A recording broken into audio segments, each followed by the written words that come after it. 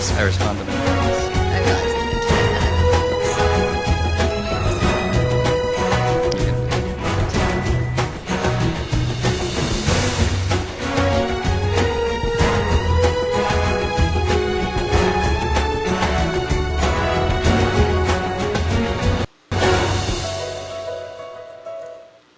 Hey friends, welcome to the 6th episode of the Juicy Details. I'm Hillary Murray, your host, and today we have a great guest, Hayes Humphreys. He is Vice President of Regional Craft Beer for Anheuser-Busch InBev. That's the one you picked, okay? Yes, there's many titles. That's the one he currently embodies, but he's started all the way at founders of Devil's Backbone, which is a craft brewery, and we're going to get into all the juicy details about Hayes, his career path, how exciting his life has been, and how he's built a company to exit to a multinational corporation, which is just phenomenal. So to start, Hayes and I, we don't have a shot today. We have a Lumi green juice. Love you, mean it. This is Hayes' first time. You'd love the orange juice, but I was never a green juice person. So I can't am. wait to we're going to see his feedback in real time here. Cheers. Cheers.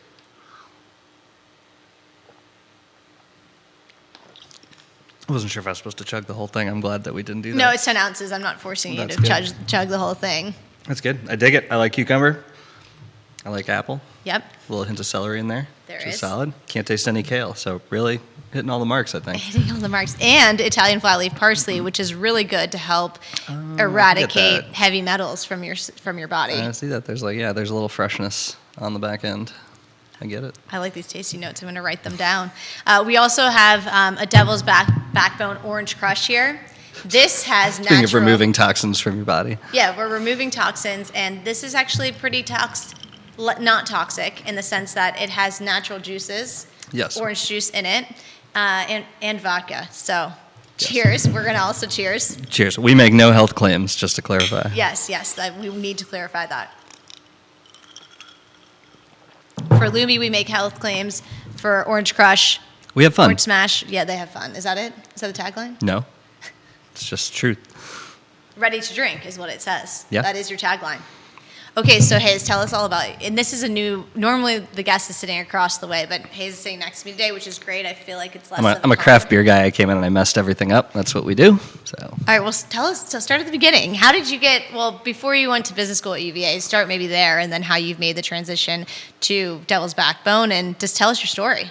Sure. The early stuff's not that interesting. I grew up in New York City. I was lucky enough to grow up in Brooklyn, New York, which was awesome. I give my parents a lot of thanks for moving there in the 70s. I think shout out to my dad. He said he grew up in all over the place, but largely more rural Indiana. And he said he didn't want to be a big fish in a small pond. He wanted to be a small fish in a big pond. So they moved to New York, and I got to grow up in New York, and it was awesome. And it's like a Brooklyn in an apartment building in New York, or like? So again, luckily they moved early on. So I grew up in a brownstone, which was affordable in the late 70s in the neighborhood that they bought in. So had a pretty the older I get and the more I go back to New York, the more I understand how non-traditional really my New York upbringing was. But it was like the Sesame Street upbringing. So it felt like the New York you see on TV, but... Did you learn your ABCs from Sesame Street, I did learn my ABCs from Sesame Street, for sure. Yeah, as my children are today. It's still rocking. But totally. After 18 years there, I wanted to go somewhere else. I loved New York. And I always remember my college guidance counselor was like, what do you want in a college? And I was like, I would like it to be warm and far away. And she was like, great, what else? I was like, those are pretty much my criteria. So that's pretty easy criteria. Yeah. Well, I don't know from New York what's warm and far away Florida. I mean, everybody goes to like the brick building schools in the Northeast where it snows all the time, and so that wasn't really my jam. So anyway, I ended up in Southern California at a school called Claremont McKenna College, and it was great. It was amazing. I loved going to school out there. I got a degree. I went in as a history major. I loved history. I still love history, but along the way, I got sidetracked by accounting, of all things. Oh, wow. And so I got an economics and accounting degree there and left school as a public auditor with KPMG. And did you go to New York again? Or No, I chased my girlfriend at the time back to Washington, D.C. Okay. And audited companies around there. My favorite was Amtrak. I got to ride the trains some morning. They do their accounting in different cities, and so some mornings I would just get up and ride the train to Philadelphia. That was cool. Oh my goodness, I love that. I'm a huge fan of Amtrak. I love Amtrak. Trains are I wish that we had more high-speed rail in the United States. Yeah. More trains coming to Charlottesville. Shout out, take Amtrak. They're always full, which is good. But there are more trains going to be coming? Oh, yeah. This episode is not sponsored by Amtrak, but we are thankful there'll be more trains coming. Sometime soon, we're going to get service to Norfolk, which is cool. So we won't just have to go north and south. We can go east as well, which is neat. So are you affiliated with Amtrak still? I'm not. I just like the train. It's a relaxing way to travel. Anyway, did that in DC for a few years. Yeah. Wasn't really my jam. I think that was the first time I sort of figured out that, I wasn't really didn't really fit into a big company, really. Sure. What was it about a big company that didn't fit you? I mean, I don't know if I can articulate it. At the end of the day, the moment that I will always remember was I had a client in Dallas, Texas, and it was February, and it was cold, and I was traveling, and I was one of the only two people on the team traveling to this client. Everybody else was local, and I was there on a Saturday, and I was there with the partner on the engagement, and we were both sitting there tying out financial statements, which for those who aren't accountants or auditors, that means basically you're just redoing all the math that people already did to make sure that whatever you publish is accurate. And it's not the most glamorous part of accounting, and I wasn't very senior, so it made sense. But my partner was doing the same thing, and I was like, man, this he's achieved top level, and I have not, and we're both here at the same table on Saturday doing the same thing, which from a leadership perspective, I appreciate that he was doing that, but Sure. I was also like, I got to get out of here because my goal is not to be here for 20 years and still be doing this. So Well, it sounds like Groundhog's Day. A little bit. No pun a little bit. intended. And I have to say, while being a public accountant wasn't exactly my cup of tea, I've used those skills nonstop, and I would recommend them to anyone. I mean, Sure. It's genuinely, I believe, the reason that I got into Darden. So I ended up coming down here because I came to the Darden School of Business at UVA. And I firmly believe that... Wahoo-wah. Yeah, wahoo-wah. I was in a class full of very impressive people, and then there was me. And I firmly believe that the only reason I was there is they need X number of people every year to explain accounting to everybody else. And I was one of those people. And graciously, they put accounting in the first quarter. Sure. And so I was able to demonstrate my worth first before having absolutely no idea what was going on and have to lean on everybody else. Sure. But that worked out for me. So I would always say that at the very least, my accounting degree got me into business school. And I got to do some really cool things along the way. The other thing when I was a public accountant that I realized, couldn't really articulate what I wanted to do that wasn't what I was doing, but the thing I liked best about what I was doing was when we would go do inventory counts, and we would actually go to the manufacturers or warehouses or whatever and count the actual things they were making, and that was really exciting for me. And I started to figure out that I actually wanted to make something, to have something tangible as a result of what I was doing, and that actually worked out for me later on, and that's proven to be true. But that was one of the things I figured out there. Then Darden. It was great. I survived. Sure. I think survive is one of the words we use at Darden. Surviving is thriving at Darden. Yeah. I came in, I wrote all my essays about doing renewable energy and being a great steward to the environment. And then after being there for a little while, I realized I didn't really know anything about that, and I wasn't interested enough to convince everyone that they needed me. Yeah.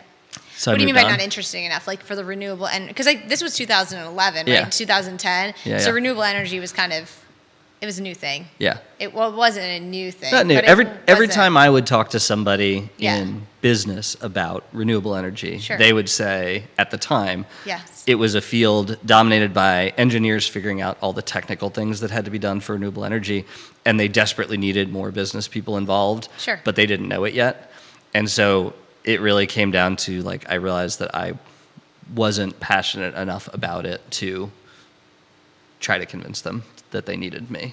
They seem to be doing just fine on their own. I would argue they've done just fine without me. So, I didn't know what I was going to do. I was kind of floating around. And then shout out to my classmate, Stefan Tallman, who turned to me in class one day, the middle of macroeconomics, GEM, the class I understood the least about. Did you have Alan Bekenstein? I had Alan Bekenstein. Yep. I had him as well, and I Absolutely. actually saw him speak on the last Friday. He's very smart, and I never understood any of it. Still don't. Still don't, yeah. And he leaned over and he said, "Hey, man, do you want to start a brewery?" And it was like, I always say it was like an 80s montage in my brain where it was just like every preconception that I subconsciously had about beer that I didn't realize I had just came flooding in about how beer's made and how beer's sold and who drinks beer and every association ever with beer. And they were all completely stereotypical. Some of them true stereotypes, I would say, now that I'm in the industry, but a lot of them just like what I'd seen in movies. And I was like, wow, I had never considered that as a job that you could do. I really enjoyed going to bars, as anyone I went to school with could tell you. I enjoyed drinking beer, and I just had never thought about it as an actual job. Like the idea of selling beer, like how hard could that be? Everybody loves beer. It turns out it's very hard. There's a lot of rules. Yeah. Tell us about it. Foreshadowing. It's hard. But yeah, and I started looking around, and it was, I would say, right around that time, 2009, 2010, craft beer was undergoing a transformation from not the earliest stages of craft. Craft beer really got its start, depending on who you want to credit it with, as early as the late 60s with Anchor Steam, or more people I think would Anchor say. Steam, they're from California, right? They're from California. Yeah, they're good. Is that Scrimshaw? No, that's no, different. that's North Coast. Also love that beer. But we'll have to do a beer tasting one day on air. We could definitely do that. Yeah. But yeah, I don't remember at all what I was saying, but that's okay. Oh, sorry, I didn't mean. No, this you're is fine. the story You're fine. of You're my fine. interrupting. Sorry.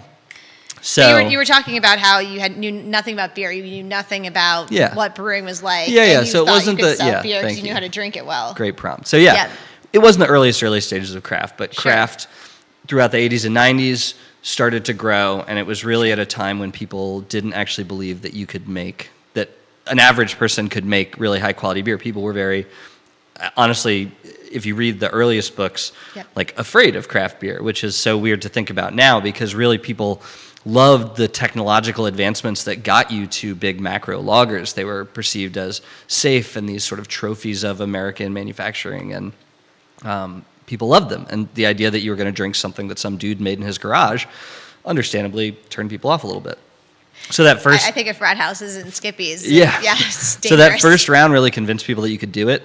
Yes. And then a bunch of people rushed in the late 90s, and it turns out not everyone could do it, and so there's a lot of bad beer out there, and the industry had a little bit of a consolidation. Okay. And then it kind of took off again throughout the 2000s, and I came in really at a midpoint in that where breweries had started opening, but they were still really early stage sort of baby companies. Okay.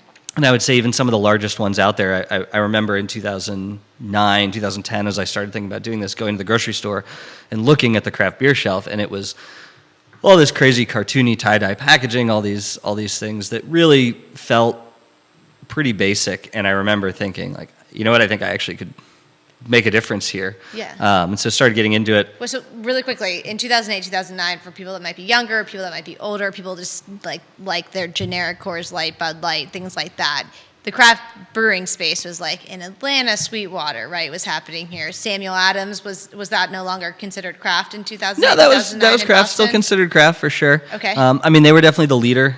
New Belgium was big with Fat Tire. Sure. A lot of the bigger breweries today, were the biggest breweries then, but they were much smaller, right? Okay. The scale of the industry overall was much smaller.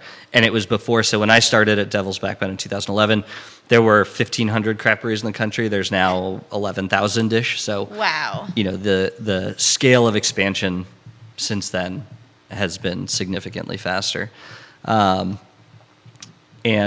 the beer was good, and we were making a lot of traditional European styles. IPA hadn't, the IPAs that people were making tended to be more traditional English-style IPAs. The West Coast IPAs that we're familiar with now were only starting to be born, really. But yeah, I remember then between 2010 and then 2011 when I actually got into it, I think a lot of those sort of leading companies, I specifically remember New Belgium. New Belgium did a packaging refresh in between when I first looked at the shelf and then when I graduated.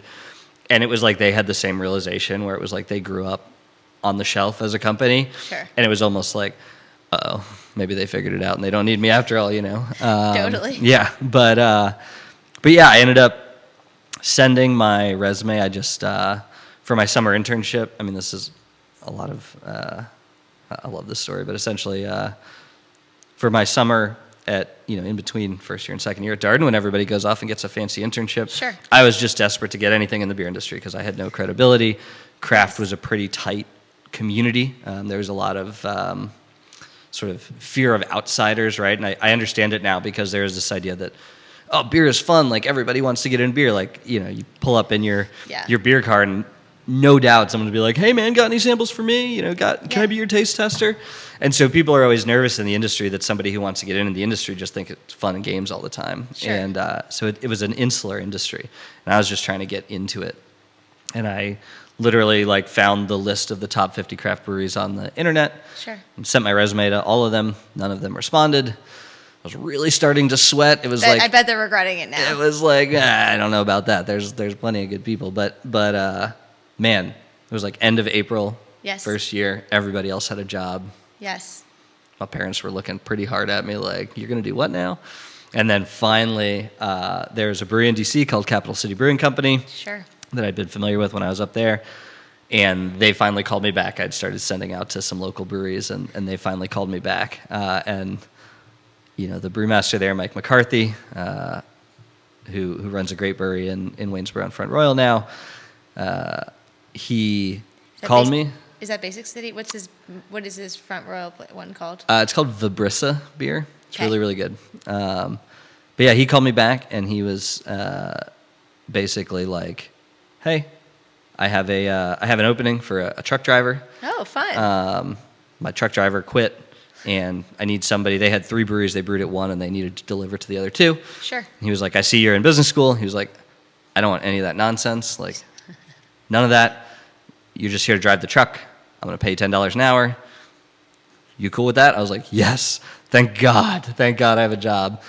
Career Services did not feel the same way. They did not think that was an adequate job. Well, I think it's probably the best job. You got to be boots on the ground. It was great. Tell us about it. I lived at a buddy's parents' house in Falls Church. Okay. Fun in Falls Church. Really a lot so of fun in Falls activity. Church. We were right off the, I forget what it's called now, but there's a bike trail that goes along the old railroad tracks.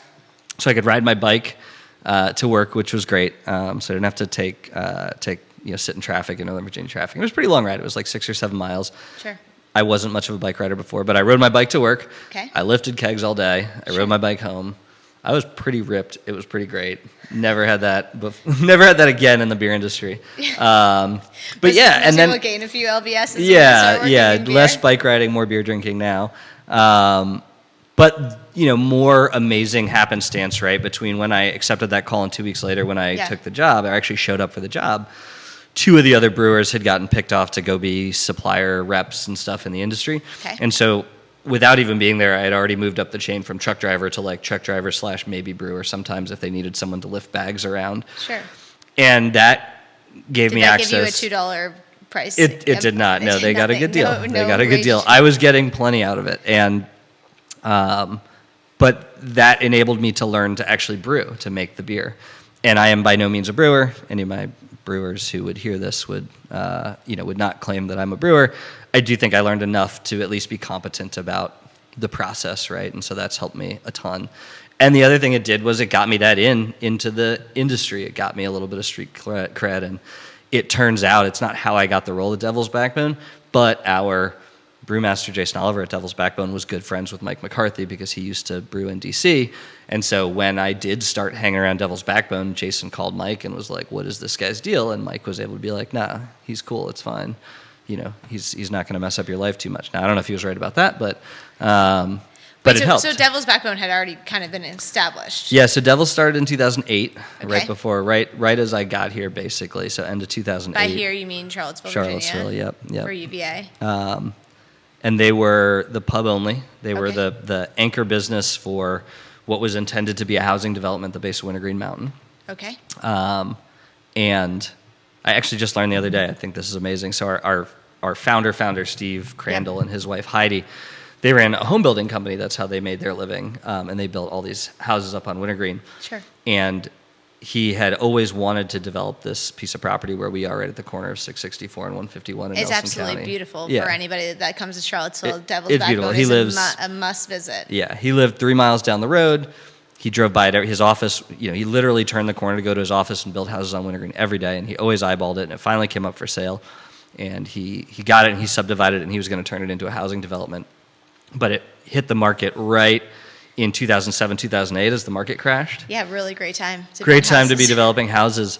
But all that I knew, what I learned recently, I had always understood that he had started Devil's Backbone to be this anchor business and help bring attention to the development. And what I've learned recently actually is that he started it because nobody was building houses, and his whole building crew was out of a job, basically. And so he said, like, screw it, let's build the brewery now. And so he accelerated the brewery building project to make sure his team could stay employed and keep their livelihoods and Wow, do all awesome. that. It was amazing. They were amazing people who cared very much about their employees. And I use the past tense. Steve passed away a few years, unfortunately. But his wife Heidi is still involved with the company and lives right down the road. But Cheers to Steve. Cheers to Steve, for sure. Taking care of people. Yeah, absolutely. But yeah, so built it. They had started winning awards. Jason made amazing beer from very early on. And then I Was really... he responsible? What's the one that had the trout on it? That's Striped Bass Pale Ale. Striped bass. Bass, not trout. Is it ever coming back? Great question. We debated a little bit last year. We've had it on draft in the past year. It'll probably be on draft again. That was a beer that we did. Nelson County is technically in the Chesapeake Bay watershed. Yes. And the Crandalls have always operated their property like in accordance with the Chesapeake Bay Foundation's guidance for how to maintain the watershed appropriately. Yes. Big believers in supporting that, and so we actually did that beer in partnership to raise money for them, and super cool beer. It's funny you ask about it. We put it on tap, and people came out of the woodwork to I mean, drink it it's again. literally my favorite. Like, if I could buy it in the store, I'd be buying it. It was a every beautiful. day. Yes, Don't tell me these things now. I go to work tomorrow and I'm like, guys, we're bringing back Striped Bass. I mean, I wish the people from global headquarters could hear it. It's not them. It's not them. I killed that one. Most of the things we've done wrong are my fault. Oh, your fault. You killed that one. Yes, You killed the Striped Bass. I killed that one. I did a day in the tap room as a server last year, and I get a lot of guff because I also sunsetted our Schwartz beer, which is our kind of house favorite beer. All the brewers love that. I love that beer. It's a great beer. It's just we needed to rationalize our portfolio a little bit. So this was the accountant in you. It wasn't that people loved it. Is it a higher cost product to make? No, and you're it's not making just- money because you're giving it to conservation? There was a time in craft beer where lots and lots of variety was Bad. great. Oh, okay. But craft beer has started to consolidate a little bit, and so there's not as much space on store shelves anymore for sort of one-off brands and things like Yeah. that. And so we had to try to make proactive decisions to stay ahead of that. But the servers at our restaurants really take the brunt of that feedback because people who love a beer that I have discontinued don't get to talk to me. They express their opinions to the servers. So I did a day as a server I asked a dumb question about something in our tap room, and the No tap dumb room, questions. No, true, but it was the little pokey thing that you put the checks on. Oh, I don't yeah, even know yeah. what it's called appropriately Yes, still. yes. But I was standing there and I watched someone do it. And I was standing there with my GM at the tap room, and I was like, I don't understand what that's for. Sure. And I've been with Devil's Backbone for 12 years. I've been technically in charge of restaurants for 12 Yes. years, and I've seen you work the tap room before. she just sort of like did one of these and then was like, I think you probably need to come in here and do some work as a server. And I was like, okay. So what's the purpose of that? I don't know. It is basically an audit trail during the shift, so that if it's how you know if somebody says, hey, I ordered this, or I didn't order that, or I asked for a side of this, you can go back and find the tab. At least that's my understanding of it. That's probably wrong, and I probably still sound like an idiot who never leaves his desk, but I think that's what it's for. Well, let's go back to Steve Crandall. And Yeah. you were talking about... Long story short, I worked in the tap room. Okay. And I got yelled at for discontinuing Schwartz beer a bunch, so it was good. Okay. It was good for everybody that I got to get the feedback that I'm an idiot. I mean, I don't think you're an idiot, but I think maybe there's some things. This is why it's so important as an entrepreneur, and at least I've seen it too, is when you're actually like doing a tasting at anywhere, or going and working in the tasting room, you see people's physical reaction, like watching you drink Farmhouse Greens. Every time I see someone drink a Lumi or anything I've created, I like physically cringe in anticipation of, are they going to hate it or are they going to like it? So, I mean, it's a good thing that you did it. And But yeah, I think we skipped ahead. That was a great story We did. example. But I would be good. Let's go back to these beginning days where you were just kind of, Devil's Backbone is born in this middle of nowhere field. Yeah. With the most fantastic sunsets and views you could ask for, where it was going to be a development, and you turned it in. Steve Crandall turned it into a brewery to put people to work. He was brewing his own beer, and then you and this kid who was sitting next to you in global economics class came. Yeah, he didn't come. He was smarter than me and got a better job. Smarter's debatable. Look at where you are now. Sure, fair enough. He got a more established job, a safer job. He decided not to play the lottery, and I played the lottery, and luckily I won the lottery. But so from 2010, when you started Devil's Backbone, talk to us. Like, was it just a tasting room with some beers? Yeah. So I mean, clarifying, you kind of said at the start, something like he set a company up to be sold to a multinational or whatever, right? Yeah. Big team, wasn't there first. I played a role, but I came on board. There was no team really, right? There was like, how many of you worked? So there was a restaurant, right? We were a 2.5-year-old brew pub that had already won like 4 medals at their first Great American Beer Festival, 4 medals at their first World Beer Cup, had won like best small brew pub in the world at the World Beer Cup. They had won 4 medals the next year at the Great American Beer Festival. So like the beer, the fundamental product was really good, right? Sure. The beers that we were making were really good. And the phones were already ringing off the hook from folks locally who wanted to carry the beer in their bars, but we couldn't make enough. It was, our local wholesaler, Virginia Eagle, would come by every week and see if there were any kegs available. Are they still your distributor? They're still our distributor. Virginia Eagle, and they deliver in West Virginia, don't they? They don't. No, they don't. There's lots of Eagle distributing, okay. But no, they run all the way from Springfield, Virginia, DC suburbs, all the way down to Blacksburg. So huge Big operation. Territory. Yeah. But yeah, started right here essentially. So there was an established thing, which I think as you think about starting a business, right? Like I would, in retrospect, and as I look around today, man, getting the first couple of years under your belt when there is literally nothing is an experience that I have no experience with and is terrifying and hard. Like I don't know. Yeah. It takes a level of just like self-belief to get in there and do it and bootstrap it and like not worry about things being perfect, but just like get it going. I came into a functioning business with a good product that was small and wanted to be bigger, essentially. Yep. And so I came on board. Darden would let you do projects for class credit. Sure. I had run a conference at Darden for people that wanted to work in wine, beer, and spirits, and people from the local industry had come. You started that, right? I didn't start it. Jen Drapish was before me. Okay. I don't know where Jen is today, but she was in the industry for Jen. a long time. Check it out. Yeah, check it out. She was the first one who took the Darden Wine and Cuisine Club, WAC, weighted average cost of capital. That's an accounting term. It's no, it's a finance term. I feel like it's a finance term, yeah. She took it from just being like a club for people that wanted to drink wine and eat food into people who might want to work in this seriously. So she was the year before me. She crushed it, and then I took that over. And it was a really good resource for local businesses to come in and get information because we would have Gallo and Anheuser-Busch and all these other big companies. And if you're a small winery around here, you don't have access to a lot of that information. So to hear what they were seeing in the market was useful. So anyway, the GM at Devil's Backbone's restaurant at the time came to that and afterwards reached out to the just little info at Wine and Cuisine Club conference or whatever it was and said, hey, we are thinking about growing and we need help with our advertising. Do you know anyone that could help us? And I was like, I do know somebody that could help you. Who delivered beer? Yeah. So I showed up, and what I interpreted that they were looking for was kind of a brand, not even analysis, but like how do we take who we are and put it on a bottle, essentially, is what I distilled it down to. So I was in design thinking classes at the time, and I tried to use a lot of those concepts to... With Jean Lidka? With Jean Lidka, yep. She's still there today. Check out her book. Yep, they're amazing.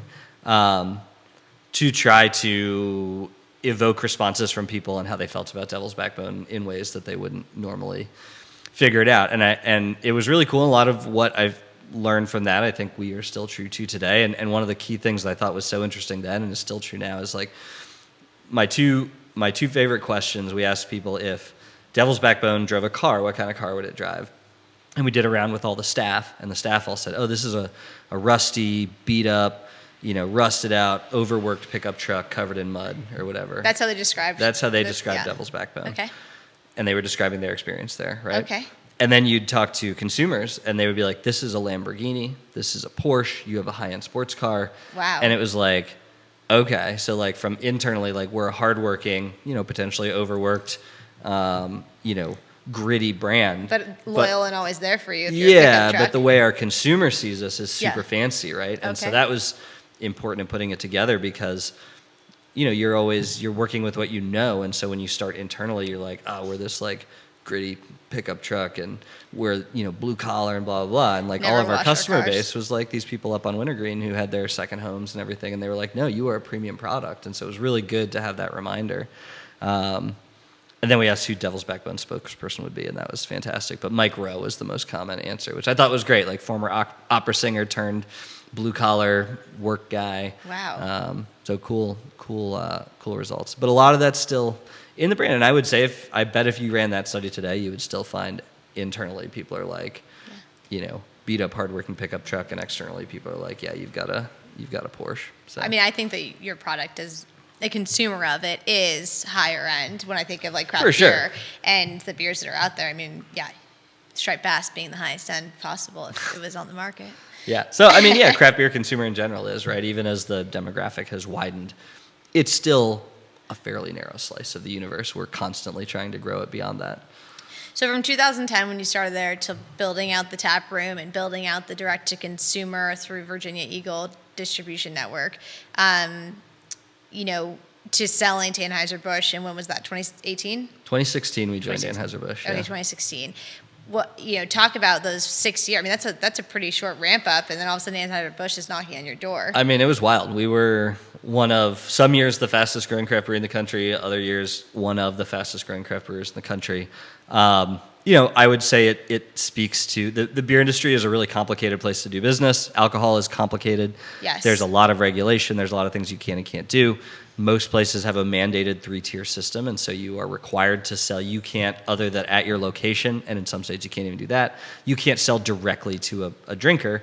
You have to sell to a wholesaler who's then going to sell to a bar or a restaurant or a liquor store, or a convenience store, a grocery store, whatever, and then that grocery store finally gets to sell to the consumer. So you have a lot of customers down the line. You Sure. have to convince a lot of people to carry your stuff, and there's a lot of feedback up and down that chain, right? Yeah. Like your wholesalers have a bias, your retailers have a bias, your consumers have a bias, and so understanding at the end of the day what's really going to work is super complicated. I would say the fact that we partnered with Virginia Eagle, Yes. who was a really capable wholesaler that went and visited every account, and they were really into our brand, right? Did they let you go with them to visit their account? Yeah. So we Okay. do, That's we did, and important we too. do a lot of work with. The industry has changed a lot. When we started with Virginia Eagle, in Virginia there was only, I think technically there were like 150 breweries, but I could probably name 25 of them, and the rest I think just existed on paper. Sure. And there are now close to 400. So at the time, the wholesaler network in general, and particularly the Anheuser-Busch wholesaler network, was really hungry for craft brewers to Sure. be able to participate in the local craft beer scene. And so we were essentially their first craft brewer along with Blue Mountain. And so they were, it was, the incentives were aligned, right? We wanted to grow, and they wanted to grow their participation in this market that they hadn't been able to participate in before. And so they pushed us hard, and then Bold Rock came along and they did the same thing. And so it got to a place where like every new account that opened up, they were like presenting to a new restaurant, like, hey, if you're going to have taps, you need to have, a Bud Light, a Bold Rock, and a Vienna Lager on tap. And that was huge for us. So that partnership, and then they were able to network us with the rest of their fellow wholesalers in the state, who are all also very accomplished wholesalers. And like that was such an accelerant to our business in a way that had we either had to or wanted to do it on our own account by account, Yep. it would have taken, we still wouldn't be there. It would have taken forever. And they were Sure. able to help us accelerate so quickly. So there's a lot of, pluses and negatives to wholesaler relationships and opinions about it in the alcohol industry. For us, it was the rocket fuel Yeah. that helped us out. It also helps, these are like nitty gritty things, but it helps that Virginia is a chain grocery state because there's syndicated grocery data, which seems really inane, but a lot of states don't have that. And so you could be the best selling brewery in Maryland. You could be, 100 times bigger than anybody else. and almost no one's going to know about it because there's no way to track that data. But in Virginia, because we were growing so fast, our phone was ringing off the hook because that data gets published month after month after month, and it would show us, and there was a measurement that showed that we were growing. And so it became a self-fulfilling story for a while. Wow, that's awesome. And yeah, eventually the big guys took notice. I mean, I wasn't there, but I've heard stories. The current CEO of Anheuser-Busch is a guy named Brendan Whitworth, who's awesome, and he was the Region 1 sales VP at the time, and I've heard... Are we Region 1? We are Region 1, technically, yeah. We're the Here in Virginia, Northeast region, I guess is what we call it now. But yes. At the time, it was Region 1. And he apparently had been new in the job, and he landed in Virginia. I think it was down in Roanoke, and he went to the wholesaler down there, and he walked in the warehouse, and he was like, "What is all this expletive?" Basically, I don't know if I can curse on here, but whatever. This is free. It's called the Juicy Details. We can keep it clean. But he was basically like, he was mad. He was like, "What is all this garbage?" Where's my Anheuser-Busch products? Exactly. What's all this garbage in the warehouse? And they were like, "You don't understand, man. This stuff sells like crazy." And so that was kind of the first. And then we also had another crazy coincidence. There was one of the very, very most senior leaders of AB Global.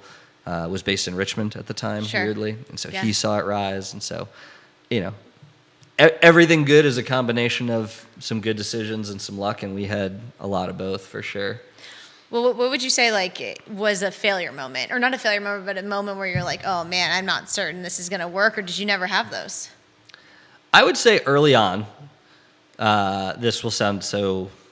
I'll say something that sounds very conceited, but one of my favorite things about talking to entrepreneurs in business school was they would always come back and talk about the things that had failed, right? Yep. Their failure stories are so funny in retrospect, and they're funny because they now have a successful one, and so they can look back and laugh, ha ha ha, about all the dumb ideas they had that didn't work. Sure. And they don't really talk about the ones that worked that much. They talk about the ones that seemed like great ideas or were great ideas but the wrong time or just something didn't work or whatever, and they're fascinating. And we got to about the time that we were going to partner with AB, and I felt very much like we had just been riding this rocket ship, and we hadn't had a significant failure. There's certainly one I can think of along the way, but it didn't impede the business significantly. Sure. And I was eager. I was like, when am I going to fall on my face so that I learn something, rather than just riding this wave? And that did happen later. I would say there was one along the way. Did you fall on your face? Yeah, for sure. One of my favorites. My sales director and I early on. Every year you go to your wholesaler, what's called the annual business plan, and you say, here's all the new brands, and here's the marketing support, and here's what we're asking for you to do on our behalf, and here's how much we're going to invest in marketing to fund it, and samplings, and yada, yada, yada. All the business school things. Yeah, and I had just been drinking a lot of our own Kool-Aid, and we showed up with this whole plan we had worked on for months to Virginia Eagle, but we had worked at it on our own, by ourselves, in our brewery. In your bubble. And we took it to Virginia Eagle, and we did the whole song and dance, hour-and-a-half long presentation, and they were basically just like, no, we're not going to do any of those things. And it was like, I'm sorry, what? And they're like, yeah, no, we don't think those are going to work. We're an independent business. We're just not going to do those things. And they were our first of a series, and they were all the subsequent days. And if your largest customer just flat out says, no, we're not going to do this, you don't really have a choice. So then we went back and reworked the whole thing and went back to basics. And again, it was overnight, so we couldn't do it with feedback. And we did a better job the next time. We basically took Virginia Eagle's feedback. So I guess that was our feedback. We took their feedback and turned that into the plan. Well, I think that's good. I think you have a great story. And I think since knowing you since 2011, when I first met you, it's always been about you learning very quickly and being willing to listen and take feedback and iterate it on it immediately, and that's what's made you successful. And I think those success stories are incredibly as important as a failure story. Is you don't want to make all the mistakes I made, right? I just continuously make mistakes every single day, and I just keep going, keep getting hit down and stand back up. Those aren't, but I don't think they're funny. I think they're more of at what point am I going to learn? Yeah. Now we sit down and, we sit down early in the year, May, usually with our biggest customers. We say, hey, here's the earliest stages of what we're thinking. Shoot some things down right now. If you're no way, or if there's some big gap, you tell us and we've still got enough time to work on it. And we make sure now by the time we get to that planning meeting, they're seeing nothing new. They've seen it over and over again. And it's in some ways a formality because we've already done all the ugly stuff and they've Sure. already told us we're stupid, but they've done it at a time when we can afford to be stupid and not when like To the change rubber's it. going to meet the road, basically. But no one's told you need striped bass yet. I mean, I heard it a lot last fall when we put it on draft. So Okay, yeah. maybe one day. Feedback Fingers heard. crossed. Yeah. All right, so since you now are VP of Regional Craft Breweries, what does that mean? How many breweries falls under your? So technically 2 now. Okay. We last spring went through a transition. I took over Blue Point Brewing in Patchogue, Long Island, and Cisco Brewers on Nantucket.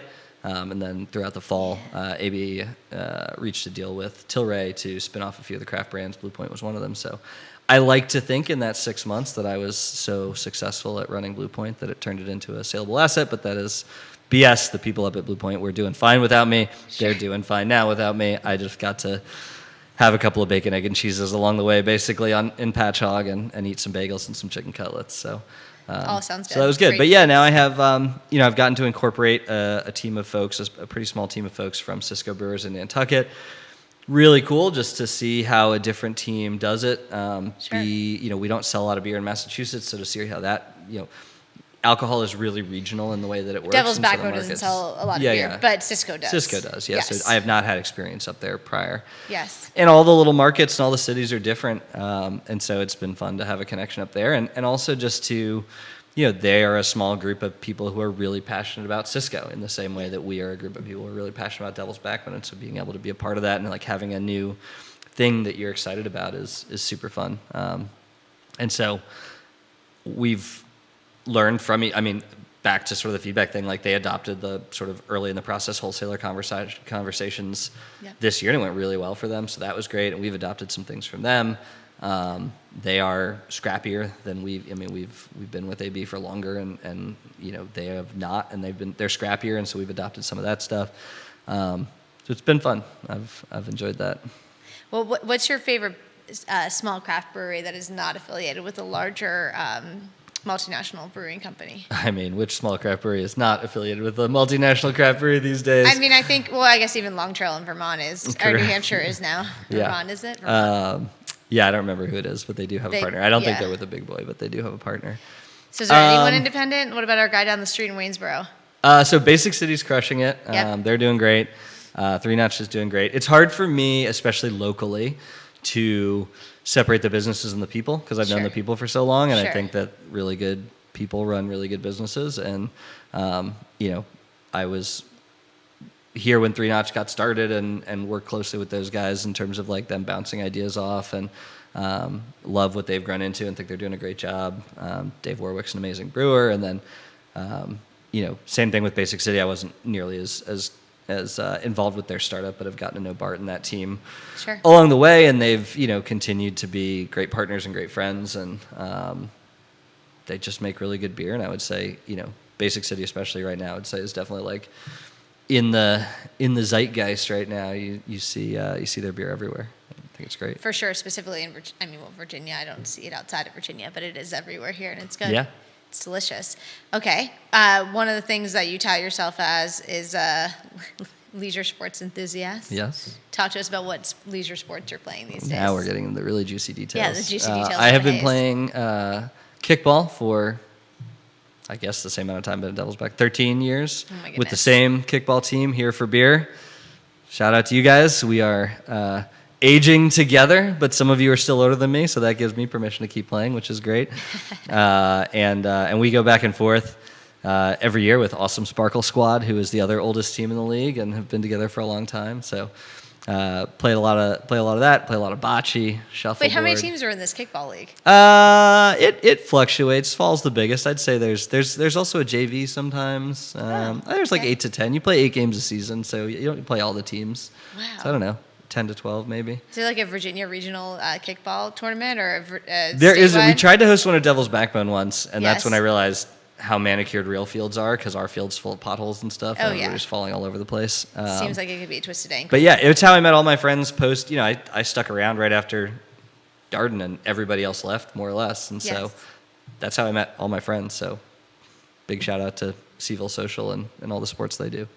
Okay, so talk to me about mentors. Do you have any people that, aside from Steve Crandall and these other people, that have been longstanding supporters as you transitioned from the world of accounting to the world of craft beer? Yeah. I mean, there's tons. I've had a lot of people who have taught me things along the way. Sure. Steve, I knew I was learning from while I was with him. Sure. But also was like his counterpart, and so sometimes you're like, he was the energetic, visionary. His job was to make promises, and my job was to fulfill those promises, and so that can create friction, right? Oh yeah. And when it was the two of us doing those things, it was often frustrating, even though I could appreciate his role. Since his passing, and honestly, since we've gotten together with AB and the dynamics have changed, like, I miss that energy so much. It is not my fundamental skill set, and I try to step up and step into it because I recognize that somebody has to be that.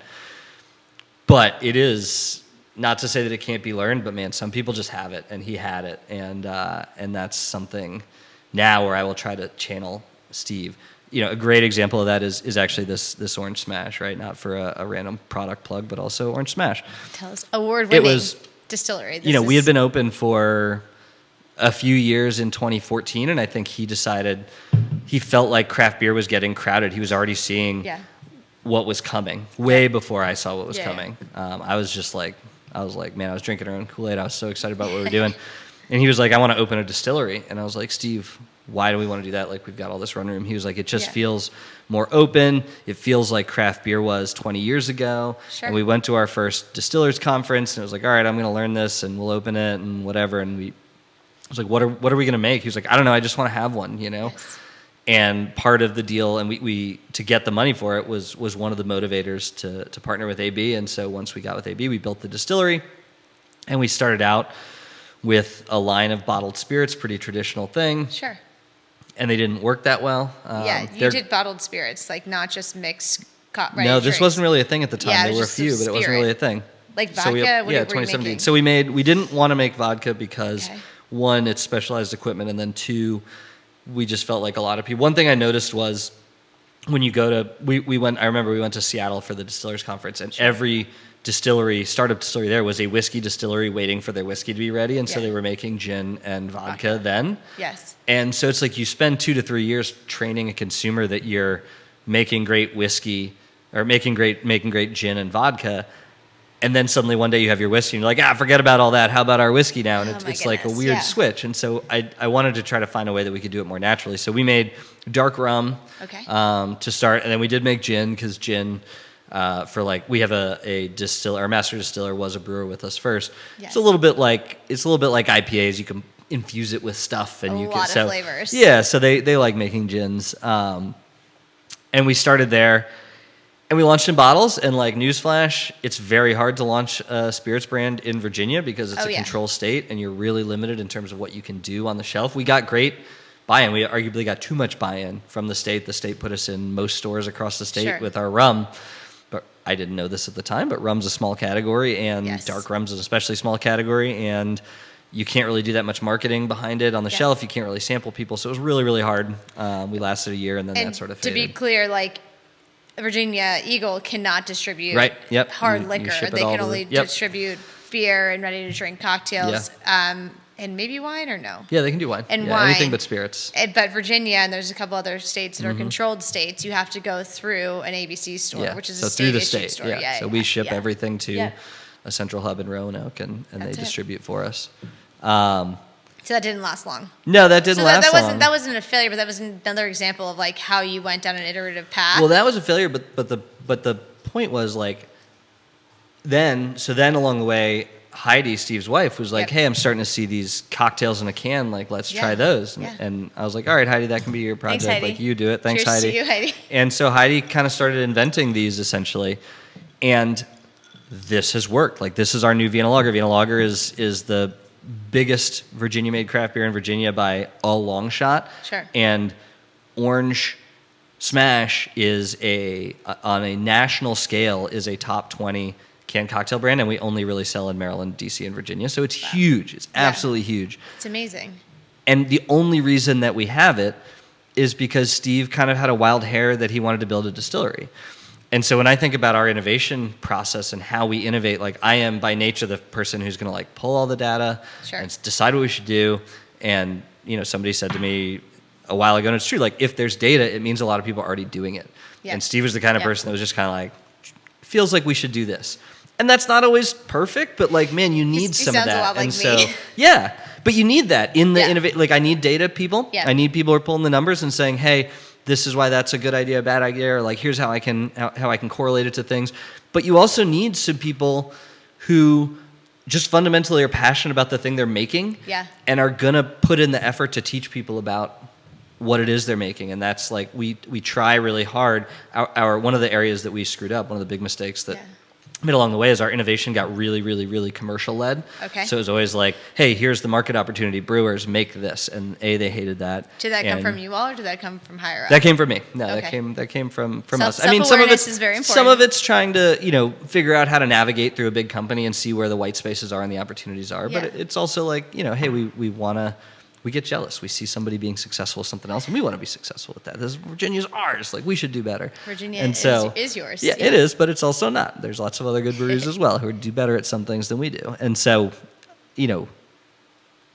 for a while we were directing so much. Make this, make that. And sometimes you have to do that by necessity to like fill a hole on the shelf or whatever. But we've tried to move our innovation process now to where it's far enough ahead of our commercial needs that it is largely like brewer and distiller driven. And it's like, hey, make a slate of things that you love and make them a bunch till they're really great. And then we'll put those through a commercial filter. And we'll see if you made 20, there might be only one that's like commercially viable, but at least you love it and it came from somewhere organic. That's how you hit the grand slams. Like you need to hit singles all day, right? Yeah. And that's what data-driven innovation is. Like, I got to keep up, right? If I'm the largest craft brewery in Virginia, which I am, and hazy IPAs are trending, I need to make a hazy IPA. I need to participate. Isn't it named after you, the hazy IPA? It used to be. It used to be. Very insultingly, they kept the beer and changed the name because apparently no one wanted to buy a beer with my face on it. Yeah, Hazy's face was on the beer. I remember seeing it for the first time. I was like, "Oh, hey, buddy." Yeah. Spot it because you were on it. Brutal. That was brutal. That's what the brewers do when they're mad about something you make them do. They name it after you. Okay. So we had a pumpkin beer named Ichabod Crandall, named after Steve Crandall. Yeah. And then well, would you say that it's helpful that you have this tasting room to kind of be like an innovation center? I mean, think of the diverse population that comes through Devil's Backbone. Yeah. Yes, absolutely. And we're trying to use it better. Okay. And we also are always trying to be realistic about, is the demographic that comes to our location also the people buying our stuff in the market? And in some cases it is, and sometimes it isn't. Yeah. Typically on our craft beer, it tends to be. So it's a pretty good proxy. I'm not coming for the food. On things like this, ouch. Wow. Chef Dale is amazing. We have an amazing set of beer dinners lined up. We move them all over the property. We have them in the greenhouses. We have them in the distillery. You've clearly never been to one. I haven't been to one. I need to go. And, I'm saying from my experience. The next one live from a Devil's Backbone beer dinner. Let's do it. Brutal. Let's do the next one live from the kitchen. There you go. And at the dinner. I would love to do that. Listen, I'm just giving you the business. Don't make the kitchen mad. Because the beer is my favorite. Fair enough. But yeah. So we try to blend those things, right? I do think more and more the industry is also evolving, right? It sort of peaked, I would say, pre-COVID, during COVID-ish, with around the time where people were like, hey, this is crazy, this can't last, right? And they were kind of right. What can't last? Like the craziness of the amount of alcohol that got consumed when people were locked in their house? That part we don't hate, but more the gimmickiness of innovation, I would say. Okay. So you started getting like Doritos beer and fried chicken beer and stuff like this, and stuff that was like not done for the quality of the product, but done for the shock value. Sure. And that was kind of like that was the jumping the shark moment. I'm surprised you don't have a Farmhouse Greens beer. We had some grapefruit beers that were phenomenal. Great idea. Yeah, we have a grapefruit smash that's really good. Yeah.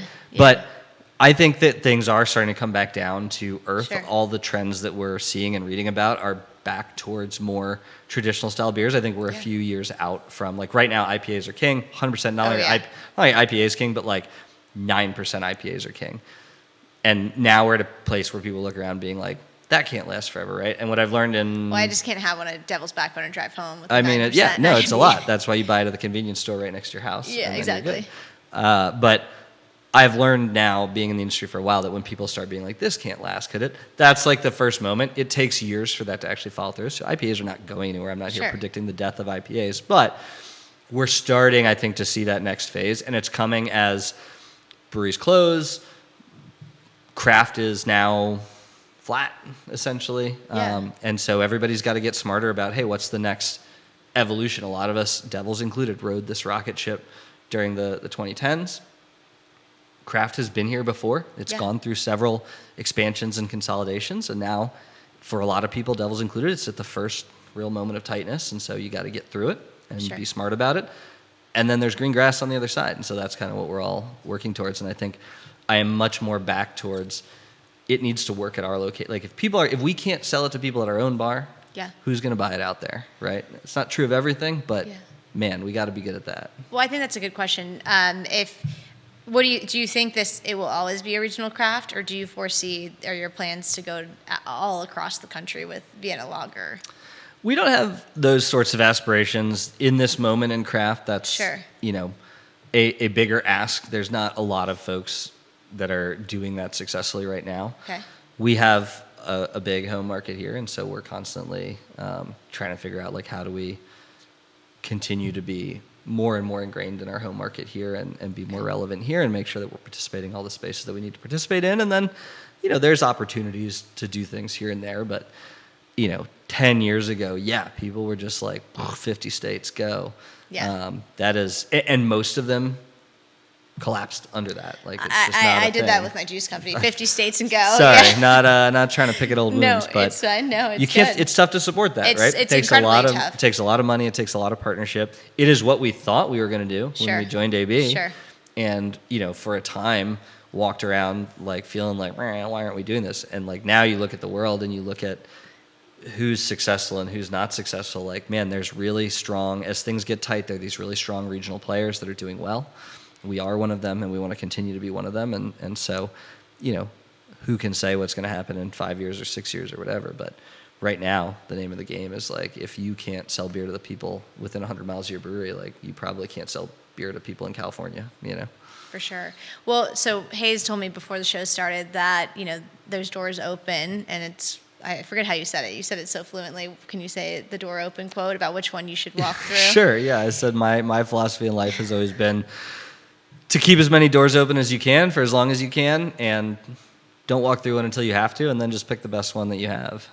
So the 50 states is still open. It just hasn't been walked through yet. Yeah, same, I think, said a different way. It's like make as many friends as you can. Yeah. And see what happens. You never know what's going to happen in the universe. For sure. I mean, look, you came onto the podcast. I mean, our first day at Lumi, I didn't think, whenever that was, 2015, I didn't think I'd go from like, putting carrots in a juicer to being on a podcast with you. So. I know, it's a big change. Yeah. Well, one last thing I want to ask you is, what kind of advice would you give to people that, are pursuing a career change and, an adventure like you went through? Yeah. I know for me, I am only successful and I'm very passionate about the thing I'm doing. And it's not just about beer or making beer. I do think that's exciting, but I also just love the role that we fit into people's lives, that people come to our locations when they want to celebrate something, that people crack open a Vienna Lager when they're having a good time, that people are taking Orange Smash on a boat and enjoying their time with it. Like, I want to drink responsibly, though. Drink responsibly. Don't drive the boat while you're, let somebody else drive and then you drink the orange. A friend with a boat that's the best kind of boat. So that's what you want. And so I just love being a piece of that aspect of people's lives. That's what's really motivating to me. And then also the fact that Devil's Backbone over the years has gotten to a scale where we can be really supportive of things in our community. We do a ton of work with the Blue Ridge Area Food Bank. Okay. We've done a ton with Chesapeake Bay Foundation, really important causes that we're able to make significant, impact on. And so as long as we're, sort of providing fun to people and helping the community and being a part of the fabric of the community, like, that is what gets me excited about this job, and then the people I work with are what get me out of bed every day. Genuinely, I know that's like a thing people say, but I've just hired amazing people, and I love working with them. But I would say, just like, I think that's true of most people. You're going to be more successful if you love it. And so if you're going to take a risk and you're going to jump off a diving board and start something new, like, man, unless there are some people who are very financially motivated, and if that's your thing, do it. But otherwise, you know, when you talk to all those failed entrepreneurs, they have funny stories because they liked what they were doing even while they were failing at it, and that's better. I was lucky enough that the sale to Anheuser-Busch happened right as my 5th-year Darden reunion came up, and so I did get to look smarter than I was at that reunion. But I'll never forget the number of like when I started at Devil's Backbone, like I took a pay cut from pre-business school. Oh, sure. It was KPMG to a brewery. Yeah, it was not a sure thing. My parents thought it was crazy. I'll always remember my mom like emailing me an article from the New York Times about craft beer, and that's when she finally decided, oh, the New York Times wrote about it. Maybe this is real. That's but like, funny. you know, I had nothing to lose. I wasn't married. I didn't have kids. There was nothing going on. It was fine. But it was also like could have gone super wrong. And a lot of my friends did hey, I'm going to go work in finance for 2 or 3 years, and then I'm going to get to what I want to do. And none of those people came back to the reunion and was like, I'm glad I made that decision, right? They were all like, I should have done what you did, which felt good, because time is finite, and I've enjoyed pretty much every day of my job, and I wouldn't trade that for anything. So I think you do better work when you're passionate about what you're doing, and it's a lot more fun, and sometimes you get to make money doing it. I've been very lucky in that regard. But I was happy even when that wasn't the case, you know. For sure. What does your mom say to you now? Mom passed away a couple years ago. I'm so sorry to hear. I'm so sorry. I'm over it. Not a big deal. Well, you never have to be over it, but did she see you be successful? She did. She totally did. And how did she change her mind? You know, my mom was proud of me in whatever I did. I had I had a mother who went to business school in the late 70s. Okay, what did she do? She was an executive at Citibank. She did a lot of finance and HR. Yeah. She did that in the early 80s when it was not, women were not senior executives at Citibank. My mom was a power lady. And actually one of the most moving experiences of my life was, I might get choked up now, was at her funeral. There were a lot of people I had never met there who came up and they were like, you don't know how much your mom helped me and mentored me as I came into the business world. And like, I knew a lot about my mom, but I didn't know that aspect of her. I knew she was a feminist, but I thought she executed it largely in her own sort of like the way she went to work. And I didn't realize what a network of people she had brought along. So that's amazing. Very cool. Yeah. What was her name? Sharon. Sharon? Yeah. Well, cheers to Sharon. Cheers to Sharon. And cheers to UVA Medical Center, who took care of her along the way, on the way out. They did a great job, genuinely. That's great. Mm-hmm. But so she came down and moved to Charlottesville, and so she got to be here, and you got to be with her. Yes. Okay, well, that's good. She was down here for my baby shower. She got sick and went to the hospital. Oh my God. Super brutal. So we should probably stop. Let's change the topic. Yeah, let's go to a different conversation. I love my mom. I miss her. She would have been a great grandma. She sounds like a badass. It's okay. It's mostly funny to me that you've dug yourself into this hole. I know. It's Thank you, okay. guys. We can get out of it. I'm good at digging myself into holes. Well, to Sharon and her Citibank, and that's awesome that she supported others, because I think women in that financial world, even last week, I was talking about how women in finance a lot of times don't support other women in finance, which is just like unbelievable. But it sounds like your mom was one of the anomalies, which was awesome. And so now that you're a father yourself and you've gone through being a parent, what's kind of your advice to your children? I don't know. Luckily, they're not at a place where I have to give them advice yet. Yeah. I mean, I think it's that same advice. I think it's, I think about it a lot. Like I've taken a fairly traditional, approach to life, even though I've been craft beer and it's been fun. But like, I grew up in New York City. I got a great education there. I went to private undergrad. I went to the business school. I was an accountant. I'm now like I'm an executive. I'm in craft beer, but I'm still a business guy, One of my kids is super into music, so I think about it all the time. Like currently his life goal is to be a bucket drummer. He's 5 years old, so there's still time to do other things. Awesome. But it's like, okay, what if that's his thing? So how do we support that? And it's like, I don't know. I don't know what's going to work. I'm not an experienced parent, but I hope the goal is that same thing. Just try to be the best, genuinely, try to be the best bucket drummer you can be. I mean, Washington Square Park in New York City's got a lot of great bucket drummers. Yeah, I mean, go be an off-Broadway stomp bucket drummer or something. Like there's angles for everything to work. So Like I said, luckily I have some time to figure that out. But mostly my advice now is don't put that in your mouth is pretty much the main thing I'm telling them. I think that's good. Yeah. That's good advice. Yeah. Awesome. All right, cool. Hey, Judah, can we get a time check, please? It is 3:23. Okay, sorry. I'm really bad at keeping... oh, it's 3:23? Oh, so we went over. Oh, okay. So anyway... This is why I need to get a clock on the juicy details. Yeah, you just let me talk. No, there were such good things we talked about, but in the thing of time and having to get kids at school, and this is live, we have to finish the show. But I think we covered a lot. We covered transition of entrepreneurship. We talked about being an accountant, how you've like really just learned from everything. You listen well, and that you've really just created this amazing life for yourself. And so, one last question, since you also say that you're an amateur globetrotter, where's the favorite place you've been and your bucket list place? And we'll end on that. Oh, man. Bucket list place is tough. Those are both tough questions. I proposed to my wife in Bruges, Belgium, and I love Belgium. And we took one of the last trips prior to kids was to Croatia, to the Mediterranean coast of Croatia. So beautiful. Very hard to get there. Highly recommend it to anyone who is able. It was very, very, very cool.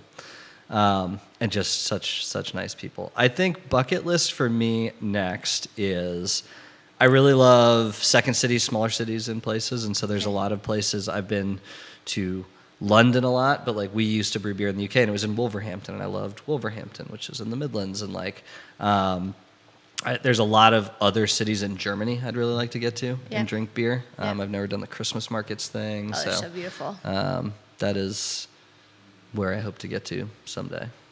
Well, thank you. The juicy details, we definitely got emotional on the juicy details today. I'm sorry about that, Hayes, but I'm so thankful that you were here. Yeah, all right. So thankful that you were here, and thanks for getting talking and being honest. I think people really appreciate that. All right, well, love you, mean it, from here at the Juicy Details to you all at home, and see you next Wednesday live at 2 p.m. Eastern, 2:15 p.m. Eastern. Thank you, Hayes, so much for coming. Yeah, see everybody. Bye. Bye.